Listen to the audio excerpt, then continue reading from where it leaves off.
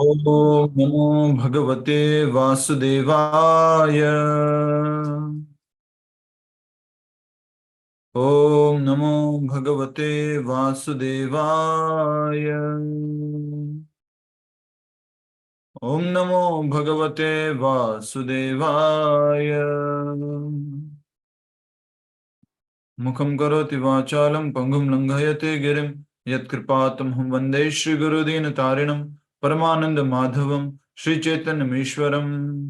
नारायणं नमस्कृत्यं नरं चैव नरोत्तमं दैवीं सरस्वतीं व्यासं ततो जयमुदीरयेत्। नष्टप्रायेषु भद्रेषु नित्यं भागवत सेवया भगवती उत्तमश्लोके भक्तिर्भवति नैष्टिकी। हरे कृष्ण कृष्ण कृष्ण हरे हरे, हरे राम राम राम हरे हरे। हरे कृष्ण। सभी भक्तों का एक बार फिर से आज के इस श्रीमद् भागवतम कथा रूप कार्यक्रम में स्वागत है। हम श्रीमद् भागवतम में ये बहुत ही विशेष अध्याय को अध्ययन कर रहे हैं, समझ रहे हैं। और इस अध्याय में हम देख रहे हैं किस प्रकार कर्दम मुनि और देवहूति के पुत्र के रूप में कपिल मुनि का जन्म होता है। और इसी अध्याय को श्रीमद् भागवत में एक जो शत्रुपा और मनु थे उनके लिए भी कहा गया है कि आइडियल मैरिड लाइफ के बारे में बताया गया। और अभी कर्दम मुनि और देवहूति के बारे में हमने समझा। अभी तक यहाँ तक देखा था हमने कि कर्दम मुनि ने 1000 वर्षों तक तपस्या की थी और भगवान प्रकट हुए थे, पर उन्होंने क्या मांग लिया भगवान से? एक पत्नी चाहिए। तो भगवान ने कहा मनु और शत्रुपा से तुम्हें एक पुत्री मिलेगी और जो तुम्हारी पत्नी बनेगी वो जो है आगे जाके मुझे मेरे अंश को जन्म देगी। उस प्रकार देवहूति और कर्दम मुनि साथ में रहने लगे, शादी हो गई। और आगे देखा हमने कि कर्दम मुनि की सेवा करते करते वो पूरी सी थक गई थी और बाद में कर्दम मुनि उनको अपनी शक्तियों के माध्यम से एक हवा में घूमने वाले शहर के साथ में सब जगह भ्रमण कराते हैं, उनको एक सौंदर्य से भरा शरीर देते हैं। ये सारी बातें हमने देखी और उनको फिर 9 पुत्रियां जन्म लेती हैं, 9 पुत्रियां जन्म लेती हैं कर्दम मुनि और देवहूति के संतान के रूप में। इस बीच में हमारे को शिक्षा मिलती है बहुत ही महत्वपूर्ण। वो शिक्षा इस प्रकार से है कि अगर गुरु जो है वो किसी भी प्रकार से किसी भी अवस्था में हो, आप अमीर हैं, आप बड़े घर से हैं, लेकिन गुरु साधारण हैं, आप कैसे भी परिवार से आए हो, गुरु के सामने आपको विनम्र बनना है, मितभाषी बनना है, ईर्ष्या रहित होना है और अच्छे से उनकी सेवा करनी है। जैसे कि कर्दम मुनि की पत्नी देवहूति ने की थी। वो राजा की बेटी थी, स्वयंभू मनु की बेटी थी, लेकिन कर्दम मुनि तो एक सन्यासी के रूप में रह रहे थे। तो बिना किसी द्वेष भावना के, बिना किसी मन में कह सकते हैं एक तरह का शंका रख के सेवा किया, बिल्कुल नहीं। उन्होंने पूरा समर्पण भाव से सेवा किया। तो एक शिष्य को अपने गुरु की सेवा इस प्रकार से करनी चाहिए। तो हमने यहां तक देख लिया था कि दीर्घ काल तक घूमने के बाद और वापस वो अपने झोपड़ी में आ जाते हैं। कर्दम मुनि को जो है पूरा मन में आ जाता है कि अब मैं अपने संन्यास आश्रम में जाऊं। संन्यास आश्रम में जाने से पहले उन्होंने क्या वचन दिया था भगवान को भी, सॉरी, स्वयं भू मनु को क्या कहा था कि अगर कोई भी संतान होगी तो मैं फिर चला जाऊंगा संन्यास आश्रम में। तो यहाँ पर एक और प्रश्न आता है कई बार कि कर्दम मुनि 100 वर्षों तक ऐसे ही अपनी पत्नी के साथ घूमते रहे। तो इसको इस तरह से समझ सकते हैं कि 1000 वर्षों तक उन्होंने तपस्या की थी गृहस्थ आश्रम में प्रवेश करने के लिए। 1000 वर्षों तक, उस समय उम्र भी बहुत बड़ी हुआ करती थी। तो उसके सामने ये 100 वर्ष कुछ भी नहीं थे। और उनका उद्देश्य क्या था? फिर अंत में जैसे ही पुत्र प्राप्ति, पुत्री प्राप्ति, जो भी संतान प्राप्ति होगी, तुरंत वहां से निकल जाएंगे। तो अब देवहूति के बारे में हमने समझा था कि देवहूति बाद में जो है थोड़ी सी निराश हो जाती है, हताश हो जाती है और कहती है कि भगवान, एक्चुअल में संतों का जो एसोसिएशन है वो तो भक्ति में उन्नति करने के लिए लेना चाहिए, लेकिन मैंने तो किसके लिए लिया? थोड़ा सा भ्रमण करने के लिए, भौतिक सुख के लिए, इस प्रकार से लिया है। तो अब मैं चाहती हूँ कि आप मेरे ऊपर कृपा करें, भगवत प्रसाद आप मुझे भगवत प्रसाद दे, भगवान का प्रसाद दे। पहले जब भगवान का प्रसाद देना चाह रहे थे कर्दम मुनि, तो देवहूति ने क्या कहा था? इशारा करके बताओ। अभी इसको थोड़ा साइड में रखिए, अभी मुझे संतान प्राप्ति चाहिए, राइट? तो उस समय तो उन्होंने स्वीकार नहीं किया, लेकिन अब जो है उनके मन में ऐसा पश्चाताप आया और अब उन्होंने स्वीकार किया कि हे कर्दम मुनि, कृपया करके मुझे जो है आप आशीर्वाद दें, मुझे कृपा करें, भगवत प्रसाद दें। आइए हम पढ़ना शुरू करते हैं। भगवान विष्णु के, यहीं से शुरू करना है आज, इससे पहले हाँ, अपने पति की वाणी को पूरा विश्वास रखते हुए देवहूति ने भगवान के okay okay okay okay okay, हरे कृष्ण हरे कृष्ण। ठीक है, वहीं से पढ़ते हैं भगवान विष्णु के वचन। भगवान विष्णु के वचनों का स्मरण करते हुए कर्दम मुनि ने उत्तर दिया, हे राजकुमारी, निराश न हो, शीघ्र ही भगवान अच्युत तुम्हारे गर्भ में प्रवेश करके तुम्हारे पुत्र बनेंगे। निराश मत हो, तुम्हारे गर्भ में भगवान आने वाले हैं। अब तुम दृढ़ श्रद्धा तथा नियंत्रित इंद्रियों के साथ भगवान की पूजा करो। प्रतिदान में वे न केवल तुम्हारे यश को सर्वत्र फैलाएंगे, अपितु दिव्य ज्ञान प्रदान करके तुम्हारे हृदय में लगी भौतिक आसक्ति की मजबूत गांठ को भी छिन्न भिन्न कर देंगे। तो अब कर्दम मुनि ने क्या किया है? कर्दम मुनि से जब उन्होंने भगवत प्रसाद मांगा, यहाँ पर आप लोगों को समझ में आ गया ना? वापिस से दोहरा रहा हूं, एक बार ध्यान दे दीजिए बस। क्या है कि जब भी किसी गुरु जी की सेवा कर रहे हैं, किसी महात्मा किसी संत की सेवा कर रहे हैं, तो उनसे क्या आशीर्वाद लेना है? आध्यात्मिकता का। क्या कृपा लेनी है? भक्ति में आगे बढ़ने की। लेकिन कर्दम मुनि से वो देवहूति कह रही है, मेरे से गलती हो गई, मैंने भौतिक सुख और संतान की इच्छा की, अब कृपा करके अब मुझे वो कृपा भगवत प्रसाद दे दीजिए, अब मुझे जो है आत्म साक्षात्कार दे दीजिए, अब मुझे भक्ति दे दीजिए। तो अब कर्दम मुनि क्या कह रहे हैं? चिंता मत करो, तुम्हारे गर्भ में पुत्र रूप में भगवान आ रहे हैं, और आगे वो आने के बाद तुम्हें ऑटोमेटिकली भगवत भक्ति, भगवत प्रेम सब कुछ मिल जाएगा। ठीक है? अपने पति की वाणी पर पूरा विश्वास रखते हुए देवहूति ने भगवान की आराधना आरंभ कर दी। अंततः अनेक वर्षों पश्चात भगवान ने कर्दम मुनि के वीर्य द्वारा देवहूति के गर्भ में प्रवेश किया। भगवान के अवतरण के समय आकाश में देवगण वाद्य यंत्र बजाने लगे और गंधर्व सुस्वर में उनका यशगान करने लगे। अप्सराएं आनंद में नृत्य करने लगी। देवलोक वासियों ने पुष्पों की वर्षा की और समस्त दिशाएं तथा प्रत्येक व्यक्ति का मन पवित्र होकर असीम शांति से भर उठा। तो भगवान प्रवेश कर चुके हैं देवहूति के गर्भ में। ये किसने बोला था? स्वयं भगवान ने बोला था। देखिए, ये हमारे शास्त्र हैं। भगवान ने, देखिए कहां बोला था जी, ये 2 पेज पीछे जाएंगे तो आपको ऊपर मिल जाएगा। सीधा सीधा भगवान बोल रहे हैं। 2 पेज पीछे जाएंगे, इस 17वें अध्याय में ही। पैराग्राफ तो बहुत सारे हो जाएंगे, तो भी बोल देता हूँ। 1 2 3 4 5 6 7 8, 8वें नंबर पैराग्राफ में लिखा हुआ है। भगवान कहते हैं, हे ब्राह्मण, वह कन्या बिल्कुल वैसी है जिसकी तुमने इतने वर्षों से अपने हृदय में आस लगाए थे। विश्वास रखो कि शीघ्र ही तुम्हारा विवाह उससे होगा और वह अपने प्राणों सहित तुम्हारी सेवा करेगी। तुम्हारे वीर्य से वह 9 पुत्रियों को जन्म देगी, जिनसे भविष्य में विवाह करके महान ऋषिगण प्रजा का विस्तार करेंगे। और फिर कह रहे हैं, सदैव, भगवान ने यह भी बोला आगे, सदैव मेरी पूर्ण चेतना में स्थित होकर और साथ ही समस्त प्राणियों पर करुणा दिखाकर तुम जीवन के अंत में पूर्ण साक्षात्कार की अवस्था प्राप्त करोगे। ये भविष्यवाणी है। ठीक है?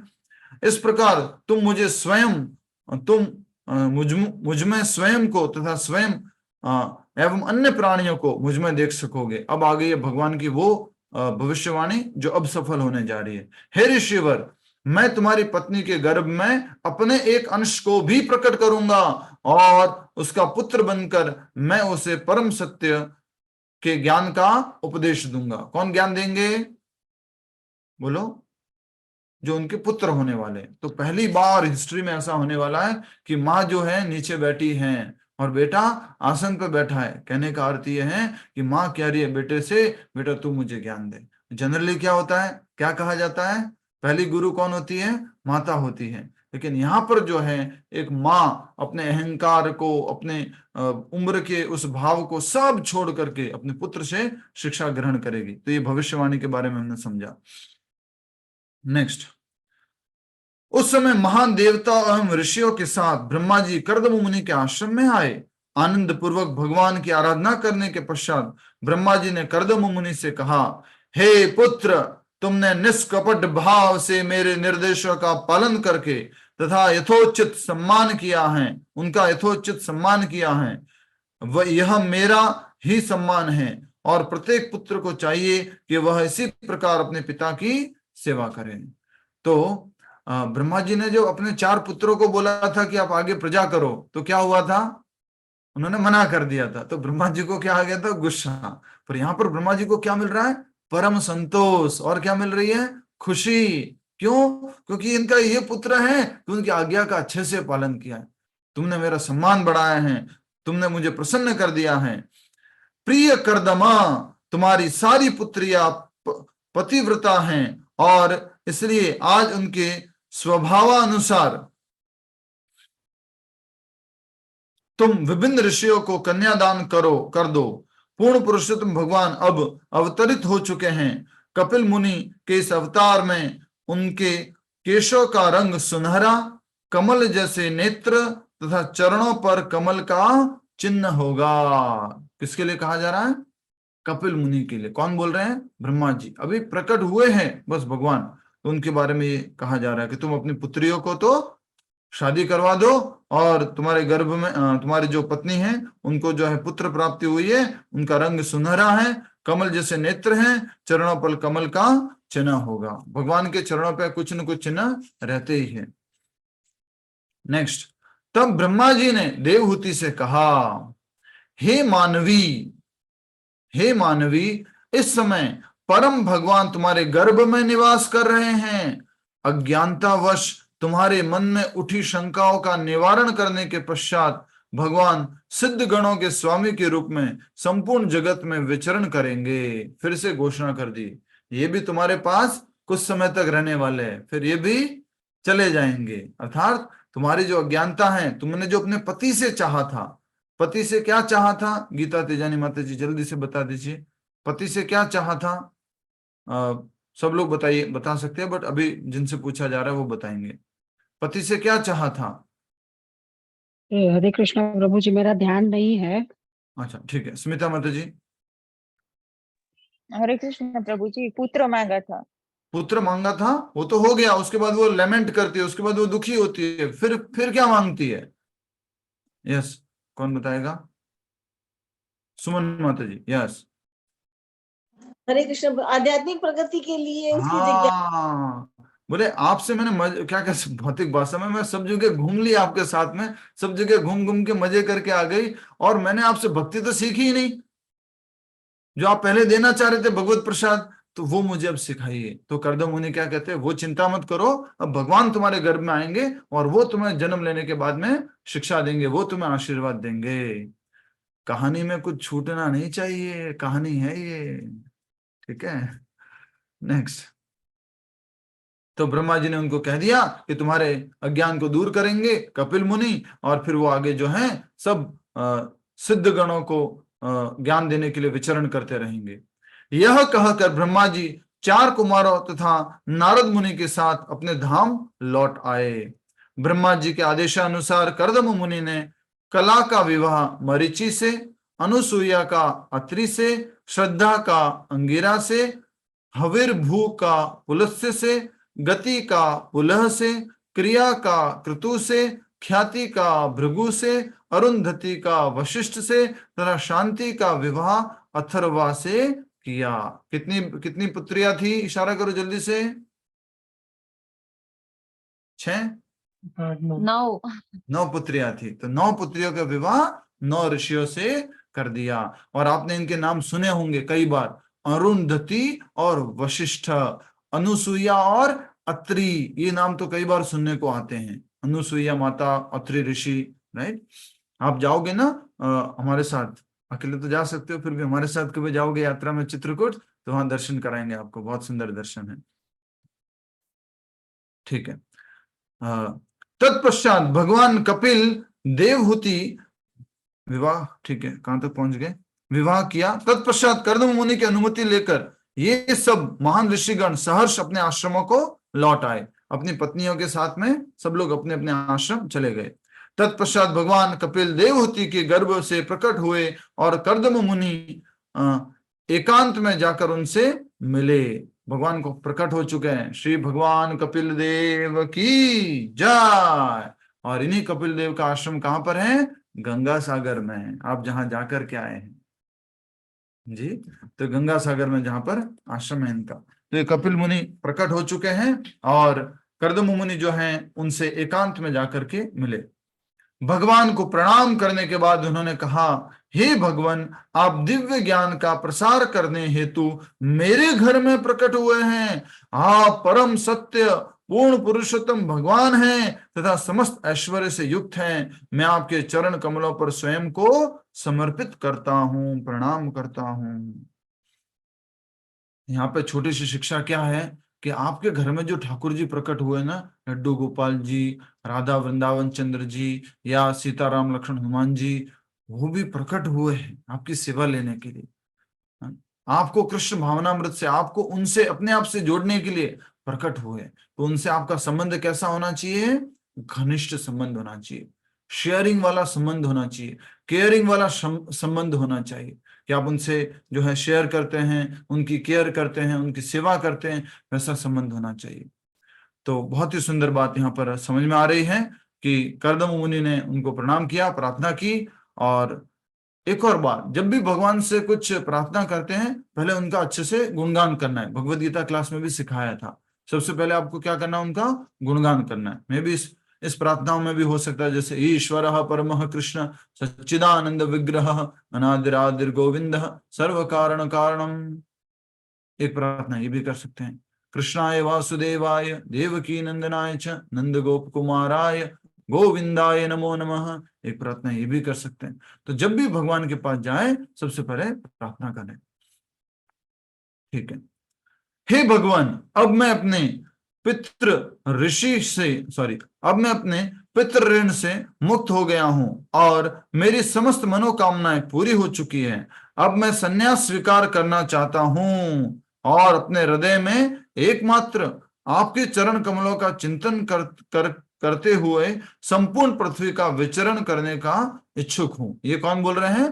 कर्दम मुनि, कि बस अब मैं आपके चरणों में अपना ध्यान लगाना चाहता हूँ, भक्ति करना चाहता हूँ और मैं संपूर्ण पृथ्वी में विचरण करना चाहता हूँ। ये बात बोली थी, किसने बोली थी? प्रॉमिस किया था, वायदा बोला था, शर्त रखी थी। किसने शर्त रखी थी? विवेक पंडित जी। किसने शर्त रखी थी? यस, बोलिए, किसने शर्त रखी थी? कर्दम मुनि। कर्दम मुनि ने शर्त रखी थी। क्या शर्त रखी थी? कि हे स्वयं भुव मनु, मैं आपकी पुत्री को अपनी पत्नी के रूप में स्वीकार तो करता हूं, लेकिन जब आपकी पुत्री के गर्भ से संतान उत्पत्ति होगी उसके बाद तो मैं संन्यास ले लूंगा। तो वही कर्दम मुनि कर रहे हैं, ठीक है। यह अत्यंत विचित्र है कि स्वयं भगवान ने कर्दम मुनि के घर में अवतार लिया और कर्दम मुनि उनकी भक्ति में संलग्न होने के लिए अपने घर का त्याग करना चाहते हैं। हाँ? यदि भगवान ही उनके घर में उपस्थित थे तो उन्हें घर त्यागने की क्या आवश्यकता थी? बहुत ही सुंदर प्रश्न है ये। अरे आया, किसी के मन में आया था ये प्रश्न? किसी के मन में नहीं आया? आया भगवान ही आ गए तो अब ये बाहर क्यों जा रहे हैं भाई? जब स्वयं भगवान ही आ गए तो अब किसका भक्ति करने के लिए जा रहे हैं? अब घर पे आए हैं तो उनकी सेवा करो ना, अभी विचरण करने कहाँ जा रहे हैं? तो इस प्रकार से ये प्रश्न उठा है।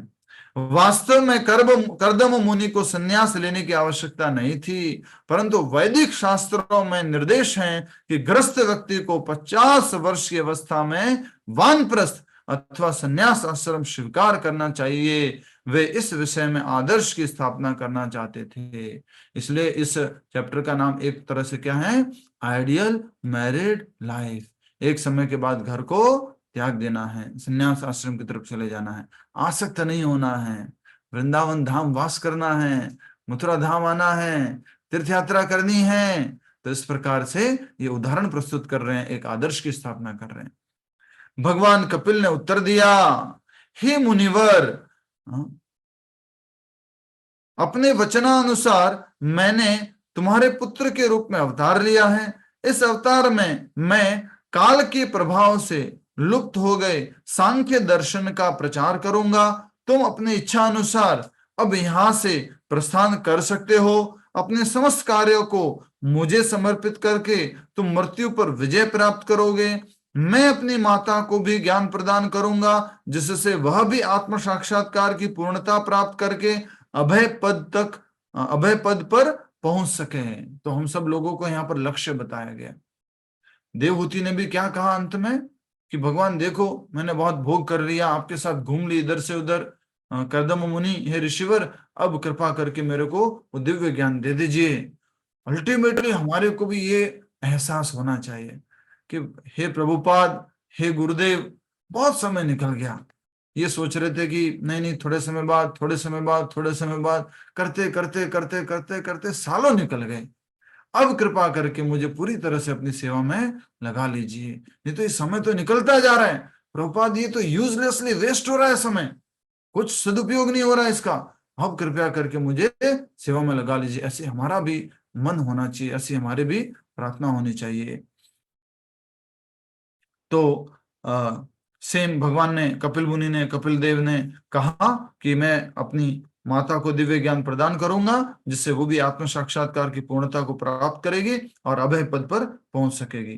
कर्दम मुनि ने शुद्ध एवं शांत मन से अपने पुत्र की प्रदक्षिणा की और तुरंत घर त्याग कर वन में प्रवेश किया। क्यों प्रदक्षिणा की पुत्र की? क्योंकि वो पुत्र साधारण नहीं था। पुत्र कौन थे? वो स्वयं भगवान थे। ठीक है, नेक्स्ट। तुरंत उन्होंने वन में प्रवेश किया। भगवान का निर्विघ्न चिंतन करने के लिए उन्होंने मौन व्रत धारण किया और बिना किसी संगी के पृथ्वी पर विचरण करने लगे। भोजन के लिए न तो उन्होंने कभी अग्नि जलाई और न ही आश्रय के लिए छत की खोज की। इस प्रकार वे समस्त भौतिक मोह से मुक्त होकर भगवान की शुद्ध भक्ति में स्थित हो गए।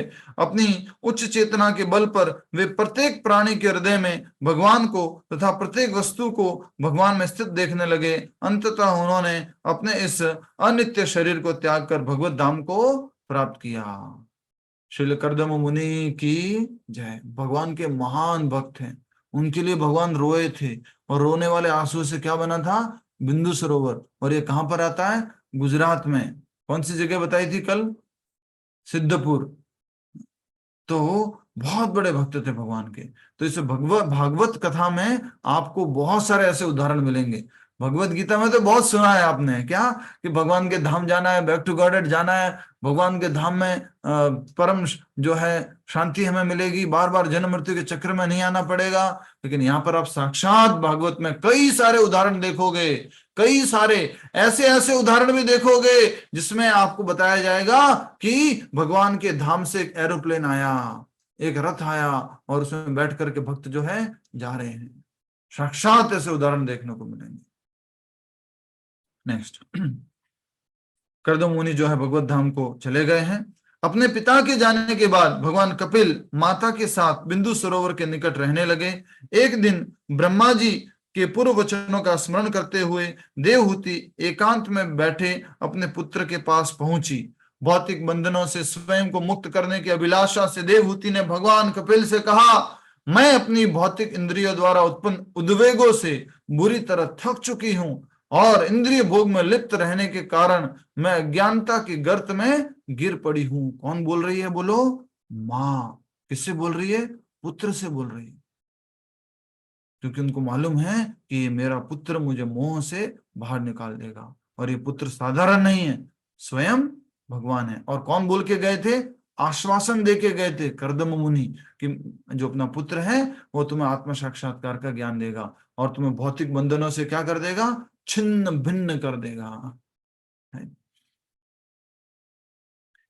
देखिए, बहुत सुंदर बातें हैं। अगर आप रिलेट कर पा रहे, थोड़ा कनेक्ट कर पा रहे तो अच्छे से देखिए, सुनिए, समझिए। बहुत ही सुंदर बात कह रही है ये माता देवहूति अपने बेटे से। हे भगवान, इस अंधेरे कुएं से बाहर निकलने के लिए मुझे आपके अतिरिक्त अन्य कोई आश्रय दिखाई नहीं दे रहा। अरे कौन से अंधेरे कुएं में भैया? बेटियों की तो शादी कर दी, वो और उनका पुत्र है, फिर कौन सा गहरा अंधेरा कुआं? उनको वो भी ग्रस्त जीवन, ऐसा ग्रस्त जीवन भी कैसा लग रहा है, अंधेरे कुएं के समान। अनेक जन्मों के बाद मुझे आप जैसे दिव्य नेत्र प्राप्त हुए हैं। अब जैसे दिव्य नेत्र ही है कि पुत्र है, नेत्र लिखा है। अनेक जन्मों के बाद मुझे आप जैसे दिव्य नेत्र प्राप्त हुए हैं। आप पूर्ण पुरुषोत्तम भगवान हैं और सृष्टि में व्याप्त अज्ञानता रूपी अंधकार को क्षीण करने के लिए अवतरित हुए हैं। अभी तक मैं आपकी माया शक्ति द्वारा शारीरिक चेतना में ही जीवन व्यतीत कर रही थी, परंतु अब मैं आपसे इस घोर मोह माया को नष्ट करने की याचना करती हूँ। मैं आपके चरण कमलों का आश्रय लेती हूँ, क्योंकि एकमात्र आप ही वह कुलाड़ी हैं जो भौतिक अस्तित्व रूपी वृक्ष को समूल काट सकते हैं। आप ही वो कुलाड़ी हैं, आप ही भगवान वो कार्य कर सकते हैं। आपके चरण कमल ही वो हैं जो मेरी आसक्तियों को काट सकते हैं। आसक्तियों को काट करके फिर क्या करना है? बोलो, आसक्तियों को काट के करना क्या है? बोलिए। प्रभु जी भगवान में जुड़ना है, भगवान को प्राप्त करना है, भगवान के धाम जाना है, भगवान को प्राप्त करना है। प्राप्त करना अर्थात ये है कि नहीं नहीं, मैं तो घर छोड़ दिया, मैंने बच्चे छोड़ दिए, मैं तो वृंदावन चली गई हूँ। वहां पर क्या करते आप? नहीं, कुछ नहीं करते। अरे भाई नहीं, इसलिए नहीं छोड़ा था। वहां पर जाकर के भगवान की भक्ति करनी, पॉजिटिव एंगेजमेंट। नेगेटिव छोड़ दिया है, या ऐसा कह सकते हैं प्रतिकूल एनवायरनमेंट छोड़ दिया है, तो अनुकूल को है उसको एक्सेप्ट कीजिए। ऐसा कभी नहीं होने वाला कि आप कहे कि नहीं नहीं, मैंने तो सब कुछ छोड़ देती हूँ, बस माला जप करूंगी। ऐसा हो नहीं पाएगा। इसलिए यहाँ पर बहुत सुंदर बात कही जा रही है कि जो देवहूति मैया थी वो अपने पुत्र से बहुत ही सुंदर प्रार्थना कर रही है, बहुत ही सुंदर प्रार्थना कर रही है कि मैं आपके चरण कमलों का आश्रय लेती हूँ। कौन बोल रही है? माँ। किसको बोल रही है? बेटे को। एक बार सोचो, इमेजिन कर सकते हो? आप में से जो माता जी बैठी है, प्रवीणा माता जी, रेखा माता जी, शकुंतला माता जी, सुजाता माता जी, डॉक्टर नीलम माता जी, पूनम माता जी, सोचिए। बेटे को बोलो कि बेटा मैं तुम्हारे चरण कमलों की शरण लेती हूँ, आप मेरे भौतिक बंधन को काट सकते हो, आप मेरे को इस भौतिक आसक्ति से मुक्त कर सकते हो। लेकिन ये कर्दम मुनि की पत्नी जो है देवहूति, वो अपने ही पुत्र से ऐसी प्रार्थना कर रही है और कह रही है कि आप ही मेरे इस भौतिक अस्तित्व रूपी वृक्ष को समूल काट सकते हो, अर्थात मुझे मुक्ति प्रदान कर सकते हो। अपनी मां के हृदय में आत्म साक्षात्कार की सच्ची लगन देखकर भगवान कपिल ने मन ही मन उन्हें धन्यवाद दिया। फिर उदारता पूर्वक मुस्कुराते हुए उन्होंने कहा, हे माता, अब तुम्हारे समक्ष मैं योग की उस पुरातन विधि का वर्णन करूंगा जो जीवात्मा और परमात्मा के बीच संबंध को पुनर्स्थापित करती हैं। होस्ट को होस्ट अलर्ट रहिए, कोई कहीं से आवाज आती है तो बंद करना है एकदम से। अपनी मां के हृदय में आत्म साक्षात्कार की सच्ची लगन देखकर भगवान कपिल ने मन ही मन उन्हें धन्यवाद दिया। फिर उदारता पूर्वक मुस्कुराते हुए उन्होंने कहा, हे माता, अब तुम्हारे समक्ष मैं योग की उस पुरातन विधि का वर्णन करूंगा जो जीवात्मा को परमात्मा के बीच संबंध को पुनः स्थापित करती है। तो कपिल मुनि कौन सी विधि का वर्णन करने जाने वाले हैं? बोलो, कौन बताएगा? कौन सी विधि बताएंगे? आरपी शर्मा जी। योग सांख्य योग। सांख्य योग क्या है? याद करो, मैंने भगवत गीता में बताया था। सांख्य योग कौन बताएगा क्या होता है? भगवत गीता में हमने समझा था। बताइए पूनम, बताइए। Analytical study of body and soul. Yes. तो इसको और थोड़ा सा अगर बड़े रूप में करें तो विश्लेषणात्मक अध्ययन, डिटेल में समझना। और माता जी इसके लिए बढ़िया एग्जाम्पल दिया था मैंने, क्या देना तो चाहता हूं, ठीक है अभी नहीं। मान लीजिए सब्जी बनी है, तो सब्जी में क्या क्या है, कौन कौन सी सब्जी मिक्स की गई है, कौन सा मसाला डाला है, कौन सा तेल डाला है, इसको डिटेल में समझने को बोला जाता है सांख्य, विश्लेषणात्मक अध्ययन। तो अब कर्दम मुनि के पुत्र और देवहूति के पुत्र श्री भगवान कपिल अपनी मां को शिक्षा देने जा रहे हैं। बहुत ही सुंदर शिक्षा है। ऐसे शिक्षा देंगे ना, ऐसे शिक्षा देंगे ना कि एक एक आसक्ति ऐसे टूट जाएगी, टूट जाएगी, टूट जाएगी, दूर हो जाएगी। तो कह रहे हैं कि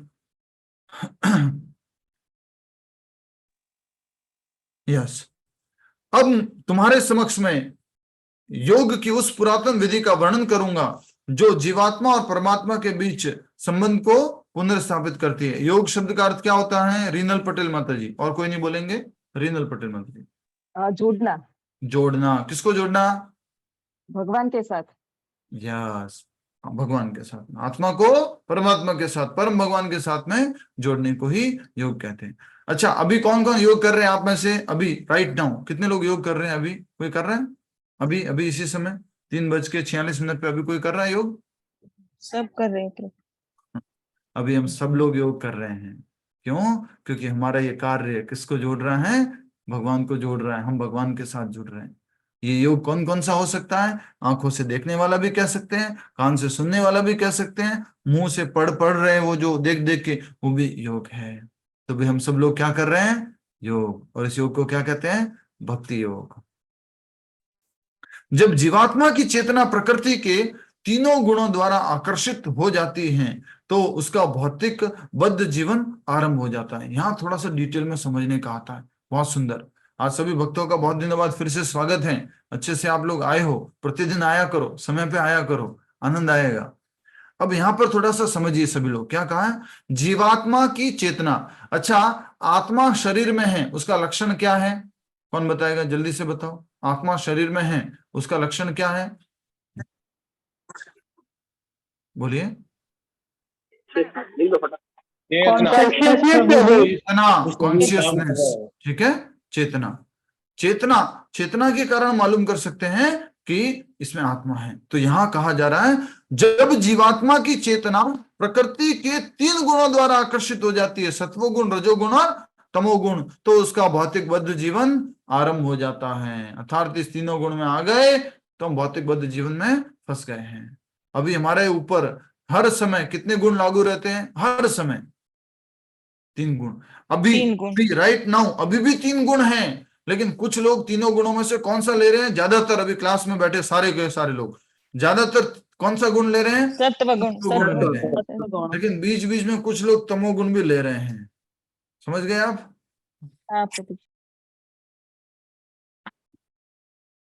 कर्दम मुनि ने संन्यास ग्रहण कर, बीच बीच में क्या है? तमोगुण भी थोड़ा सा ले लेते हैं बीच बीच में। अर्थात हर समय तीनों गुण लागू होते हैं और तीनों गुणों के बीच में क्या चलता है? कंपटीशन। हमने 14 चैप्टर में पढ़ा था कि सत्वगुण कहता है मैं तुम रजोगुण और तमोगुण को पछाड़ करके मैं आगे बढ़ूंगा, रजोगुण बोलता है कि मैं सत्वगुण और तमोगुण को पीछे करके मैं आगे बढ़ूंगा। और हर समय ये लागू होने की, अपना प्रभुत्व जमाने की कोशिश करते हैं। लेकिन अभी हम कौन से गुण को स्वीकार किए हैं? सत्वगुण को। एक बार बोल दो हरि बोल। जो भी तमोगुण में जा रहे थे थोड़े थोड़े, वो भी जाग के बोल दो हरि बोल। ठीक है, ठीक। तो अब बात होती है कि परंतु जब वही चेतना भगवान से आसक्त हो जाती है तब वह भौतिक बंधन से मुक्त हो जाती है। तो यहाँ फॉर्मूला दिया गया है। फॉर्मूला क्या है? कि अगर तीनों गुणों से आसक्त हो गए तो बंधन में चले गए, और भगवान से आसक्त हो गए तो मुक्त हो गए। सिंपल। अगर तीनों गुणों से आसक्त हो गए, भौतिक कामों से, भोगों से आसक्त हो गए तो बंधन में फंसते रहेंगे, फंसते रहेंगे, फंसते रहेंगे। और भगवान से आसक्त हो गए तो इससे मुक्त हो जाएंगे। अंडरलाइन कर लो इस बात को, बहुत सुंदर है, अंडरलाइन कर लीजिए। जब जीवात्मा की चेतना प्रकृति के तीनों गुणों द्वारा आकर्षित हो जाती है तो भौतिक बद्ध जीवन आरंभ होता है, परंतु जब वही चेतना भगवान से आसक्त हो जाती है तो वह भौतिक बंधन से मुक्त हो जाती है। उस अवस्था पर जीवात्मा स्वयं को भौतिक जगत से, थोड़ा ध्यान रखिए प्लीज अपने माइक का। उस अवस्था पर जीवात्मा स्वयं को भौतिक जगत से परे दिव्य स्तर पर देख पाता है, जो अत्यंत छोटा होते हुए भी आत्म प्रकाशित तथा अखंडनीय है। खुद से ही प्रकाशमान है। और अखंडनीय का मतलब कौन बताएगा? अखंडनीय इशारा करके बताओ। अखंडनीय, जिसको तोड़ा नहीं जा सकता, विभाजित नहीं किया जा सकता। तो ये हमने कहाँ पढ़ा था? भगवत गीता में 2 अध्याय में पढ़ा था कि आत्मा क्या है? अखंडनीय है, अनब्रेकेबल है। ठीक है, आगे बढ़ते हैं।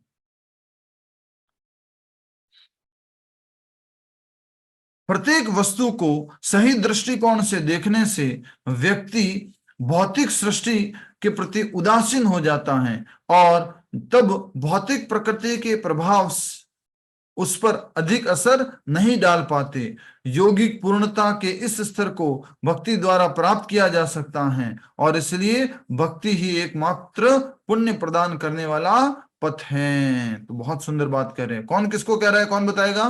Please raise your hand. कौन किसको कह रहा है? ये फोटो डिस्प्ले कर दीजिए प्लीज। कपिल मुनि और देवहूति की फोटो डिस्प्ले कीजिए। कपिल मुनि और देवहूति की माता की। ये कपिल मुनि कह रहे हैं किसको? अपनी माता को। जब माता ने पूछा कि मैं तो इस भौतिक जगत से, इंद्रिय भोग से, उद्वेगों से मैं आसक्त हूं, तो मैं क्या करूं?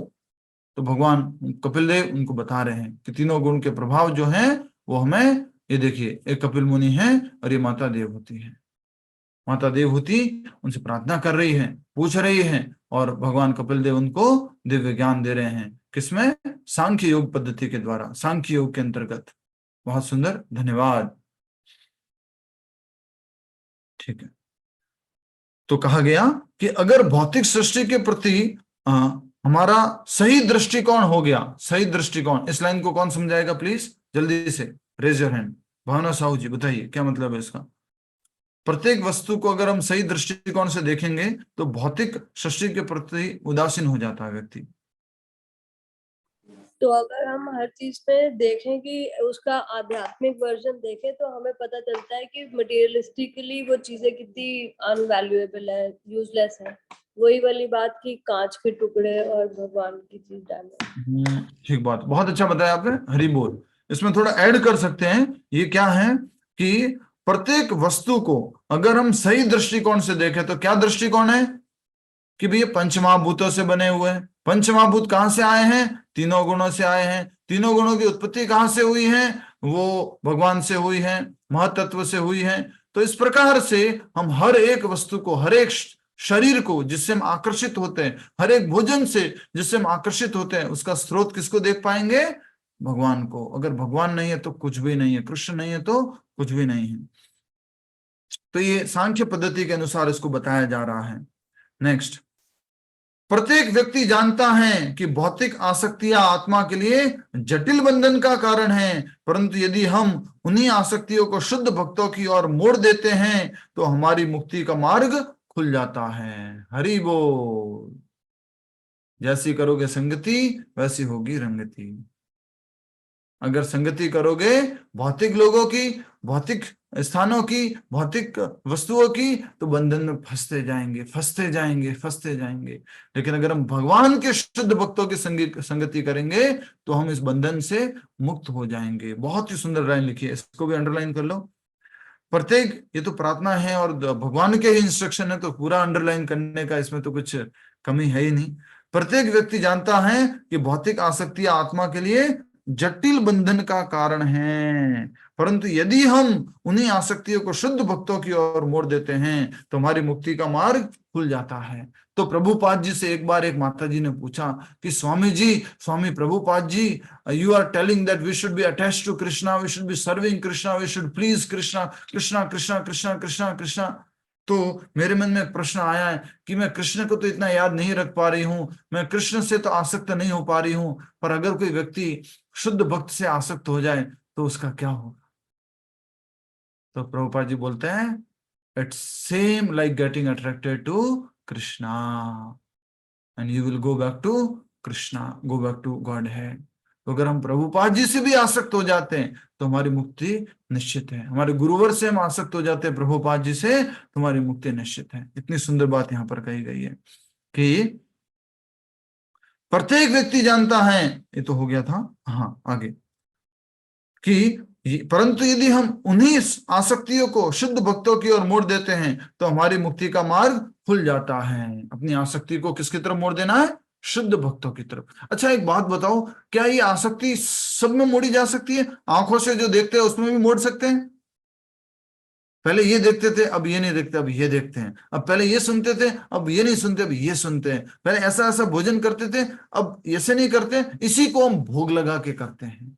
तो हर एक आसक्ति को मोड़ देना है, अर्थात जोड़ देना है भगवान के साथ में। एक बार फिर से बोलो, कृष्ण भावनामृत में कुछ भी छोड़ना नहीं है।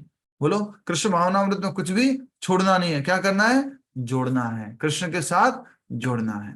ठीक है।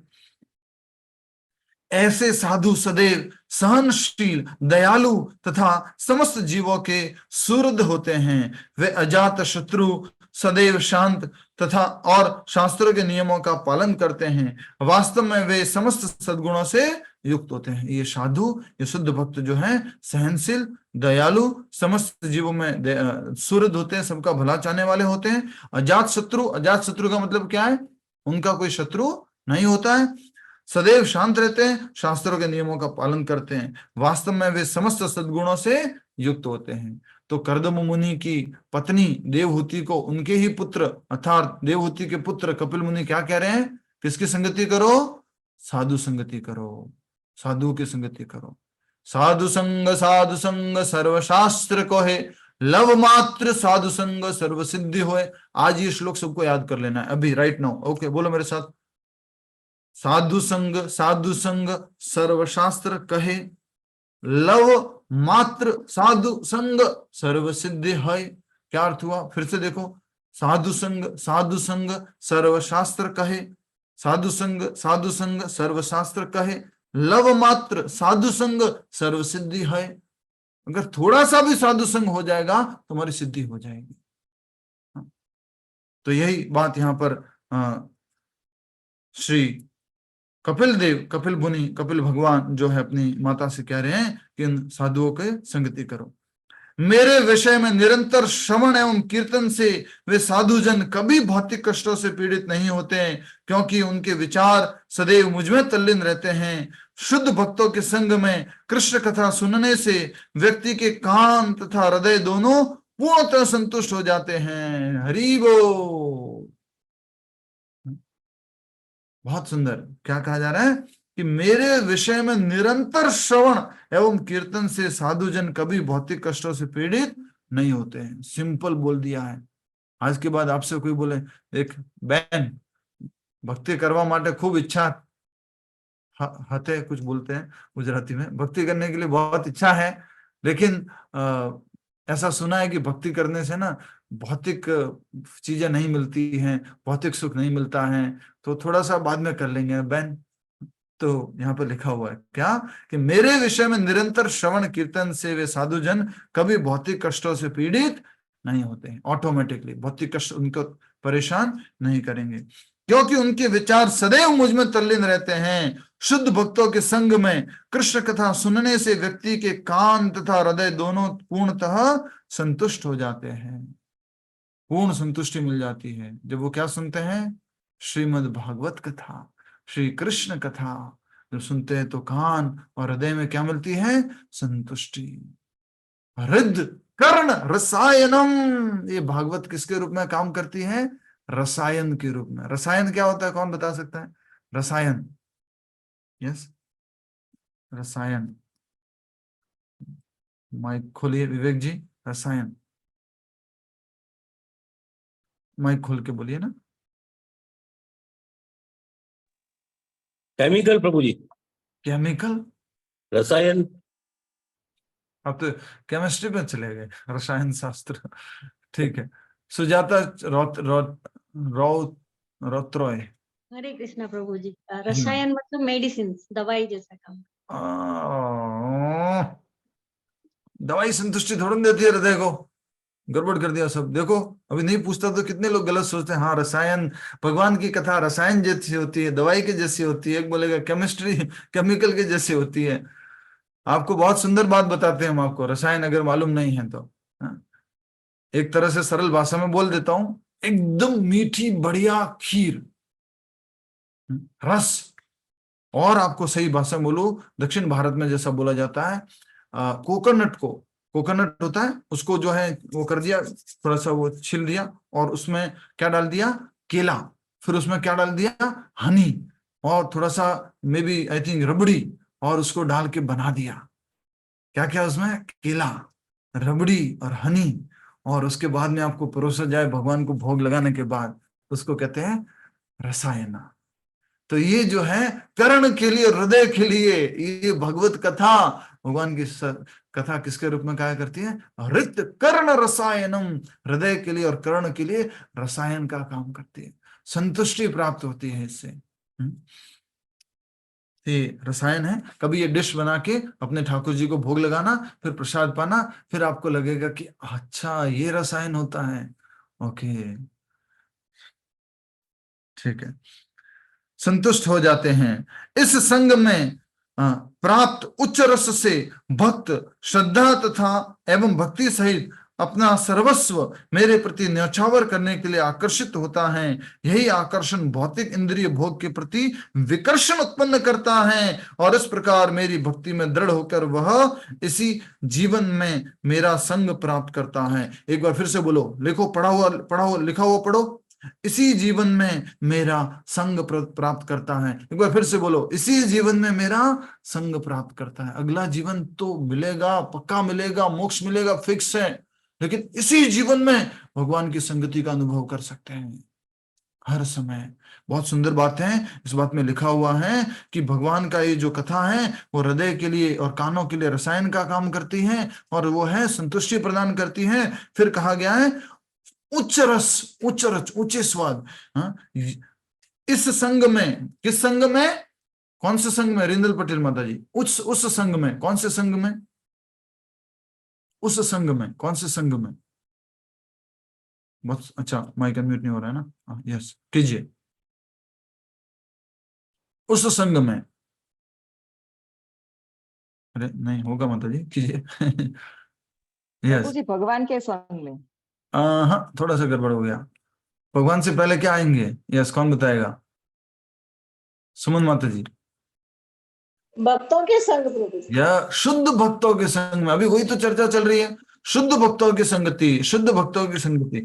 तो इस संग में प्राप्त उच्च रस से भक्त श्रद्धा एवं भक्ति सहित अपना सर्वस्व मेरे प्रति न्यौछावर करने के लिए आकर्षित हो जाता है। अब उसकी इच्छा क्या होती है कि सब कुछ तेरा, तुझको अर्पण, क्या लागे मेरा, ऐसा उसके मन में आ जाता है। खाली बोलने के लिए नहीं, प्रार्थना करने के लिए नहीं, उसमें पीछे क्या बोलते हैं वो वेटर वाला भाव नहीं, धन संपत्ति घर आवे कष्ट मिटे तन का, पीछे पीछे साथ में और क्या बोल रहे हैं? भगवान को भी खुश करने के लिए बोल रहे हैं। क्या बोल रहे हैं? सब कुछ है तेरा, ओ स्वामी सब कुछ है तेरा, तेरा तुझको अर्पण, क्या लागे मेरा। एक तरफ तो बोल रहे तेरा तेरा तेरा तुझको अर्पण, दूसरी तरफ बोल रहे धन संपत्ति घर आवे कष्ट मिटे तन का। तो यहां पर बात कही जा रही है कि जब आप उच्च रस को स्वाद कर लोगे तो आपके मन में क्या इच्छा होगी? अब तो सब कुछ समर्पण कर दो ठाकुर जी के चरणों में। और इसको बोला गया है कि ये आकर्षण जो है, ये ऐसे आकर्षित होना इंद्रिय भोग से हमारे क्या बन जाता है? प्रति विकर्षण बन जाता है। बोलो, आकर्षण क्या बन जाएगा? विकर्षण। आकर्षण क्या बन जाएगा? विकर्षण। बोलो एक बार, आकर्षण बन जाएगा विकर्षण। पर किसके प्रति? भगवान की भक्ति के प्रति, भक्तों के प्रति। एक इंपॉर्टेंट बात, इसको अपोजिट करो, इसको अपोजिट करो। शकुंतला माता जी, इसको उल्टा करके बोलो, माइक अनम्यूट करके बोलो, जल्दी से अपोजिट करके बोलो। यस, मतलब भौतिक इंद्रियों के प्रति विकर्षण हो जाएगा और भगवान के प्रति आकर्षण हो जाएगा। नहीं, इसको उल्टा करना है। अभी जो हमारी हालत है, अभी हम किस हालत में फंसे हुए हैं? भौतिक इंद्रियों के प्रति आकर्षण और भगवान, भौतिक इंद्रियों के प्रति बहुत आकर्षित है, इंद्रिय भोग के प्रति बहुत आकर्षित है, तो हमारे ठाकुर जी से हमारा क्या हो रखा है? विकर्षण हो रखा है। समझ में आ रहा है? बहुत इंपॉर्टेंट बात है ये। भौतिक इंद्रियों ने अपनी तरफ, विषयों ने अपनी तरफ इतना आकर्षित कर रखा है कि कृष्ण को थोड़ी देर के लिए हम साइड में कर देते हैं। हमें इसको अपोजिट करना है, कृष्ण की तरफ आकर्षित होना, आकर्षित होना, आकर्षित। और कृष्ण का नाम क्या है? कृष्ण नाम का अर्थ क्या है? आकर्षयति कृष्ण, जो सबको अपनी तरफ आकर्षित कर दे उसको कृष्ण कहते हैं। और हम जैसे लोग अभी भी आकर्षित नहीं हुए हैं, तो शायद ये आंखें नहीं है, क्या है? बटन है। स्वीकार करते हो? कई बार बोलते थे ना बचपन में, अपने को बोला जाता था, डांटते थे, आंख है के बटन है तेरी, दिखता नहीं है क्या? अगर अभी तक भगवान के प्रति आकर्षण उत्पन्न नहीं हुआ तो वास्तव में हमारी आंख क्या है? बटन है। अभी भी हमारे कान क्या है, कान के लिए भी कुछ बोलते थे, मुझे नहीं मालूम, बता सकते हो आप लोग? हाँ, अभी भी हमारे कान जो हैं वो ऐसी कुछ कचरा भरा हुआ, भूसा भरा हुआ है। अभी भी हमारे कान आकर्षित नहीं अगर कृष्ण कथा के प्रति।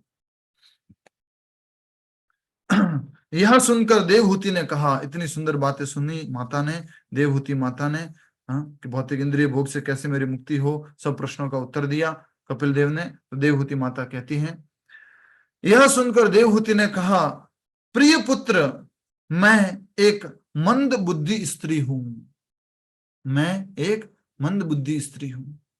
फलतः मेरे लिए परम सत्य के इस ज्ञान को समझना अत्यंत कठिन है। परंतु यदि तुम मुझे अपने चरण कमलों की प्राप्ति हेतु भक्ति की विधि का ज्ञान दोगे तो निश्चित ही मैं उसे समझ जाऊंगी। तो अभी तक कर्दम मुनि क्या सिखा रहे थे? सांख्य योग, डिटैचमेंट। अच्छे से समझ लो, ये नहीं है तुम्हारा, ये भौतिक जगत तुम्हारा नहीं है, ये मन तुम नहीं हो, ये बुद्धि तुम नहीं हो, ये सब समझा रहे थे। थोड़ा ज्ञान की बात कह रहे थे, सेवा की बात अभी तक नहीं आई थी। तो ज्ञान के अंदर भक्ति बताई थी उन्होंने, साधु संग बताया था, श्रवण कीर्तन बताया था, लेकिन भक्ति स्वयं डायरेक्टली सेवा कैसे करनी है वो बात नहीं आई थी। तो ये क्या नाम है, देवहूति मैया क्या कहती है, मैं तो क्या हूं, अल्प बुद्धि हूं, कम बुद्धिमान हूं, तुम्हारी ये ज्ञान भरी बातें मुझे समझ में नहीं आ रही है। कृपया करके अपने चरण कमलों की प्राप्ति हेतु भक्ति की विधि का ज्ञान दोगे तो निश्चित ही मैं उसे समझ जाऊंगी। और थोड़ा सिंपल बोलो ना, हे कपिल मुनि, थोड़ा सिंपल तरीके से समझाओ। तो अब कपिल मुनि क्या कहते हैं देखते हैं। देवहूति के गर्भ से जन्म लेने के कारण भगवान कपिल का हृदय उसके प्रति दया से भरा था और उसके इन वचनों को सुनकर वे और अधिक दयाद्र हो उठे। दयाद्र मतलब और दया करने वाले। उस समय भगवान ने सांख्य दर्शन का वर्णन किया जो भक्ति और योग का मिश्रण है। इस पद्धति का सार एवं लक्ष्य निम्नलिखित हैं। तो अभी तक उन्होंने क्या बताया? सांख्य योग किसका मिश्रण है? वो भक्ति और ज्ञान का मिश्रण है सांख्य। जब योग का पालन करने से मन पूरी तरह शुद्ध हो जाए तो उस समय व्यक्ति को चाहिए कि वह आधे बंद नेत्रों से नासिका के अग्र भाग पर ध्यान करे और अंतःकरण में परम भगवान के रूप का दर्शन करे। ये आगे विधि बता रहे हैं और इसका उद्देश्य क्या है? अंतःकरण में भगवान का दर्शन करना। याद करो, लक्ष्य याद करो। ज्ञानी का लक्ष्य क्या है? कौन बताएगा? ज्ञानी का लक्ष्य क्या है? निराकार ब्रह्म ज्योति, भगवान की निराकार ब्रह्म ज्योति। अष्टांग योगी का जो सांख्य योगी है उसका लक्ष्य क्या है? परमात्मा दर्शन, हृदय के अंदर परमात्मा दर्शन। और जो भगवान का भक्त है उसका क्या लक्ष्य है? स्वयं साक्षात भगवान की भक्ति, उनकी सेवा, गोलोक वृंदावन धाम। यही कहा जा रहा है कि जब योग का पालन करने से मन पूरी तरह शुद्ध हो जाए तो उस समय व्यक्ति को चाहिए कि वह आधे बंद नेत्रों से नासिका के अग्र भाग पर ध्यान करें और अंतःकरण में परम भगवान के रूप का दर्शन करें। भगवान की मुखाकृति कमल पुष्प जैसी है और उस पर लालिमा युक्त नेत्र शोभायमान हैं। उनका चेहरा सदैव प्रसन्न रहता है। वे दैदीप्यमान पीत वस्त्र पहनते हैं। उनके वक्ष स्थल पर श्वेत बालों का घुंघराला गुच्छा श्रीवत्स है। उनके वक्ष स्थल श्वेत बालों का घुंघराला गुच्छा श्रीवत्स है, अर्थात वो माला के साथ में। उनके गले में मोतियों की माला तथा उज्जवल कौस्तुभ मणि शोभायमान है। साथ ही उनके गले में वन फूलों की माला है जिसके चारों ओर भ्रमर मंडरा रहे हैं। उनके सिर पर एक सुंदर मुकुट है तथा भुजाओं में कंगन एवं बाजूबंद और पैरों में नुपुर हैं। हरि बोल। अब मत कहना कि खाली ब्रह्मा जी ने बोला था इसलिए तुमने भगवान की फोटो बना दी, पेंटिंग बना दी। और रेफरेंस दो। कौन बोल रहे हैं? कपिल मुनि बोल रहे हैं। अगर आज भी अगर आप ऐसा सोचते हैं कि जो ये फोटो, ये भगवान का रूप किसने ऐसे इमेजिन कर लिया कि मन से बना लिया, नहीं, ये था इसलिए ऐसा है। भगवान ऐसे हैं इसलिए ऐसी फोटो है।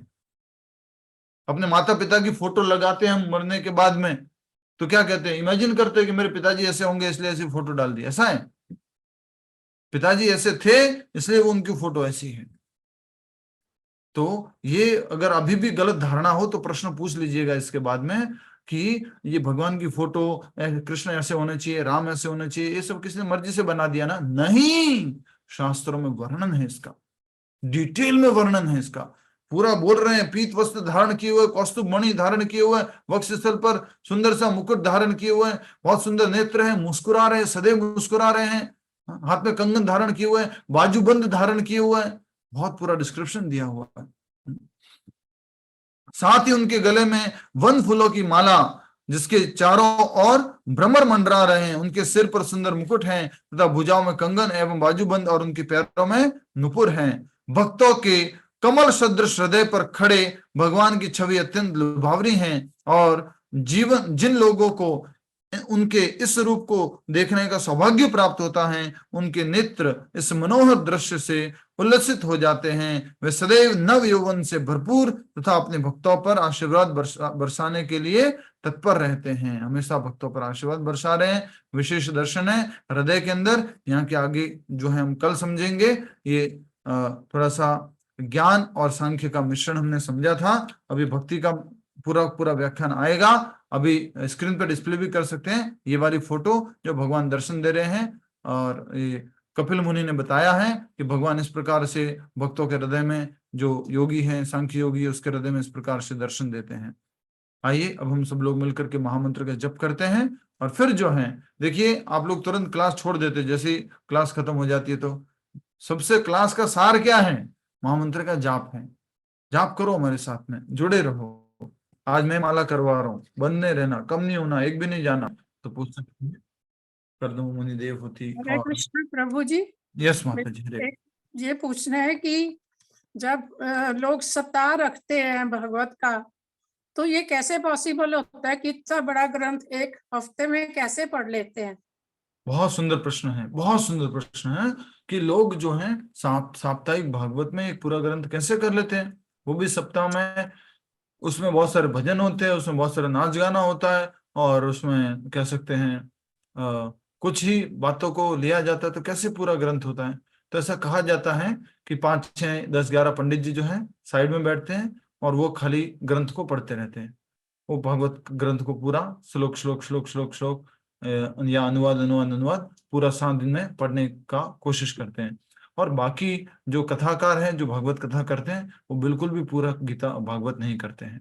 मुख्य कुछ कुछ लीला ले लेंगे, और खास करके उनको जो मजा आता है, उनको जो रस आता है, वो वाली लीला ले लेते हैं, नाच गाना करा देते हैं। आज जन्माष्टमी है, कल जो है भगवान जो है वन चराने गैया लेकर जाएंगे, फिर उसके बाद जो है भगवान श्री कृष्ण की शादी होगी। इस प्रकार से अलग अलग अलग प्रकार के ये कार्यों से भागवत पूरी करते हैं, और वो पूरी नहीं होती है। तो इसलिए प्रभुपाद जी ने स्वयं भागवत में बोला गया, क्या कहा गया? नित्यम भागवत सेवया, नित्य भागवत का श्रवण करना है। 7 दिन सुना और हम तो शुद्ध हो गए।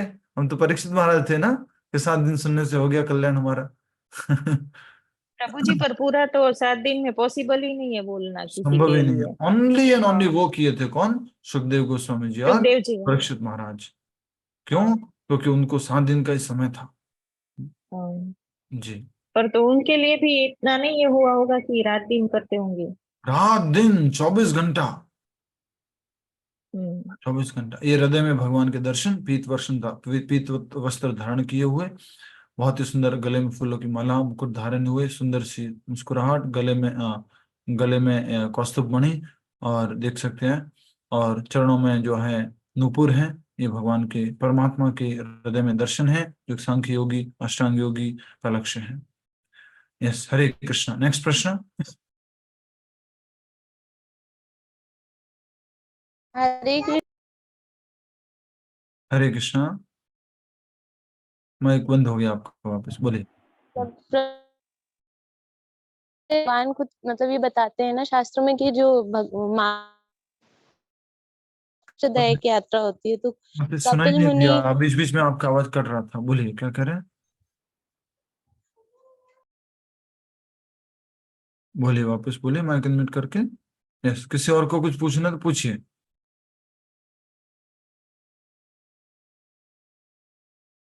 कर्द मुनि, देवहूति, कपिल मुनि, प्रभु भगवान जी हरे कृष्णा प्रभु जी। यस कल जैसे हमने पढ़ा था कि देव आहुति अपने मतलब स्वयंभू उनके माता पिता का जब देह विलय हो जाता है उसके बाद वो कर्दम मुनि की सेवा में लगती हैं, तो उससे पहले क्यों नहीं वो उनकी सेवा में लगती? नहीं, वो तो पहले से कल लगी यही हुई। था ना, बहुत क्लियर उसमें ये लिखा था ना कि जब उनके माता पिता का हो जाते हैं तो उसके नहीं बाद वो नहीं अपने नहीं नहीं नहीं नहीं, उसमें इस तरह से है, कहने का अर्थ ये है ना कि पहले से सेवा कर ही रही है वो तो उनका लीला बताया है कि जो स्वयंभू मनु थे और वो जो है राज्य भार आदि सौंप करके फिर आगे भगवान के धाम चले गए, तो उनकी लीला को संपूर्ण किया है। जैसे आज भी हमने देखा कि जो कर्दम मुनि थे उनके बारे में भी क्या बताया कि वो जो है चले गए वन में और फिर उसके बाद में वो भगवान के धाम चले गए, तो एकदम से शॉर्ट में उनकी लीला को समाप्त कर दिया। बट ये साइमल्टेनियसली ये लीला तो चल रही थी, पर उनकी लीला को वहां पर समाप्त किया है, तो समाप्त करने का एक तरीका था उस कथा को, और उनकी मतलब देव आहुति मतलब शुरू से उनकी सेवा में लगी हुई थी। पूर्ण रूप से जब से शादी हुई अच्छे से सेवा कर रही है। हाँ, पर उसमें कल हम रात को दोबारा पढ़ रहे थे तो उसमें फिर ये था कि भाई उसके यस, बाद वो उनकी उसमें लग गई, तो मेरे को ये थोड़ा कंफ्यूजन लगा कि बिल्कुल उससे ठीक पहले बात क्यों नहीं, कि है। मतलब माता पिता के घर तो वो कभी गई नहीं थी, तो फिर उसमें क्या को रिलेशन था मतलब? मान लीजिए थोड़ा सा कुछ आसक्ति थी, तो वो आसक्ति वो भी समाप्त हो गई। हाँ जी, ठीक है प्रभु जी, धन्यवाद। हरे कृष्णा। एक होता है ना कि अभी तो सहारा है, मान लीजिए कर्दम मुनि तो बिल्कुल भाव दे नहीं रहे हैं, ये तो अपनी भक्ति में लगे हुए हैं। अगर पीछे वाला दरवाजा खुला है, यहाँ से खोल करके वापस अपने माँ बाप के घर जा सकते हैं, तो वो भी नहीं बचा अब। जी ठीक है। और डॉक्टर माता जी, रेशमा माता जी, तो आज की प्रभु कथा जी में बहुत इंपॉर्टेंट बात है साधु संग। यस माता जी। प्रभु जी एक थोड़ा सा कंफ्यूजन हो रहा है मुझे। जैसे जब भगवान ने देवाहुति को बता रहे थे तो उन्होंने कहा कि ये तीनों गुणों से जब तक आप रहोगे तो आप भौतिक उसमें बंधन में रहोगे और मेरे से आसक्त करना और तीनों गुणों के प्रभाव से हटना है। तो वो कैसे होगा प्रभु जी? क्योंकि हम कोशिश करते हैं कि हम तमोग से निकल के, रजो से निकल के सतोगुण की तरफ आए, लेकिन उससे कैसे निकल जाएंगे हम लोग? ये जैसे भगवत गीता में भी सेम प्रश्न पूछा है 14वें अध्याय में अर्जुन ने, कि तीनों गुणों से परे व्यक्ति के क्या लक्षण हैं, वो किस प्रकार से जो आ, आ, आ, कह सकते हैं व्यवहार करता है तीनों गुणों के प्रभाव में, वो सब वहां पर दिया हुआ है। फिर बोला है कि तीनों गुणों से पार पार कैसे हुआ जा सकता है, 3 प्रश्न पूछे थे। तो भगवान ने बोला था माम च यो अव्यभिचारेण भक्ति योगेन सेवते सगुणान सम्यतीत्येतान ब्रह्म भूयाय कल्पते। तीनों गुणों से मुक्ति संभव है जब आप मेरी भक्ति में लग जाओगे, भक्ति में पूरी तरफ से संलग्न हो जाओगे।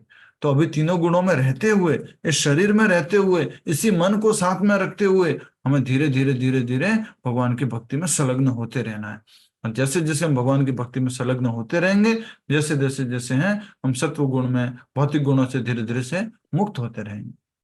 तो ये साइमल्टेनियस प्रोसेस है, ऐसा तो है नहीं कि एकदम से स्विच कर लिया हम और शुद्ध सत्व में आ चुके हैं, हम भगवान के शुद्ध भक्त बन गए, नहीं। मतलब प्रभु जी हमें सतों से भी आगे शुद्ध सत्व गुण की तरफ जाना है। शुद्ध सत्व में जाना है। शुद्ध सत्व भगवान की भक्ति है। हरे कृष्णा प्रभु जी। हरे कृष्णा। पर हमें ऐसा हम नहीं देख सकते कि अभी मैं इस गुण में हूं, अभी थोड़ा आगे चले जाते हो और थोड़ा चले जाते हो। अभी जो प्रमाणिक गुरु ने हमें आदेश दिया है उसका हमें अच्छे से पालन करना है। चैंटिंग एंड हियरिंग, चैंट अच्छे से करो, भगवान की सेवा करो, भक्तों की संगति करो, श्रवण कीर्तन करो, तीर्थ यात्रा करो, इसको अच्छे से पालन करो। ठीक है। हरे कपिल कृष्ण मुनि प्रभु। रूप में भगवान ने माँ के गर्भ में, अच्छा प्रश्न नेटवर्क इशू है तो आपने दोबारा डाल दिया तो वो प्रश्न छुप गया, प्रश्न तो पढ़ने देते। कपिल मुनि रूप में भगवान ने माँ के गर्भ में रुकने रहने के कष्ट को सहा था क्या प्रभु जी? या क्या कपिल मुनि ने भगवान ने माँ के गर्भ में रहने का कष्ट सहन किया था क्या? नहीं, भगवान को ये कष्ट नहीं होते, भगवान की दिव्य लीला है, भगवान चूज करते हैं उनको कब आना है, कैसे आना है। यस, नेक्स्ट कौन बोल रहे थे आप में से? हरे कृष्ण प्रभु। जी माता जी। प्रभु कपिल मुनि का मतलब मंदिर वगैरह कहीं है क्या, या फिर उनके बारे में ज्यादा कुछ पता नहीं है मुझे, तो उसके बारे में कुछ बताएंगे आप? माते, माघ मेला लगता है, उत्तरायण का बहुत बड़ा मेला लगता है। कपिल मुनि का मंदिर गंगा सागर में है, और यहाँ पर तो होगा ही होगा जो सिद्धपुर नामक स्थान बताया है। और भी किसी को मालूम है तो बता दीजिए, खास करके स्थान कपिल मुनि का जो अपना गंगा सागर है। ठीक है, और किसी को कुछ मालूम है तो बता सकते हैं। कोलायत, कोलायत, कोलायत क्या, अनम्यूट कर सकते हैं माता जी, सुपर फैसिलिटी दे वो दी। बीकानेर के पास में कोलायत झील है, ताल है, वहां पे कपिल मुनि का भी है। कपिल मुनि वहां कोलायत पर में भी है, बीकानेर के पास में। हाँ, बीकानेर के पास में तो है कोलायत। हाँ जी, हाँ जी। दूसरे बीकानेर वाले को एकदम से याद आ गया। ठीक, नेक्स्ट, और कोई प्रश्न? समाप्त करें, कोई प्रश्न नहीं है तो। यूट्यूब पे भी रिकॉर्डिंग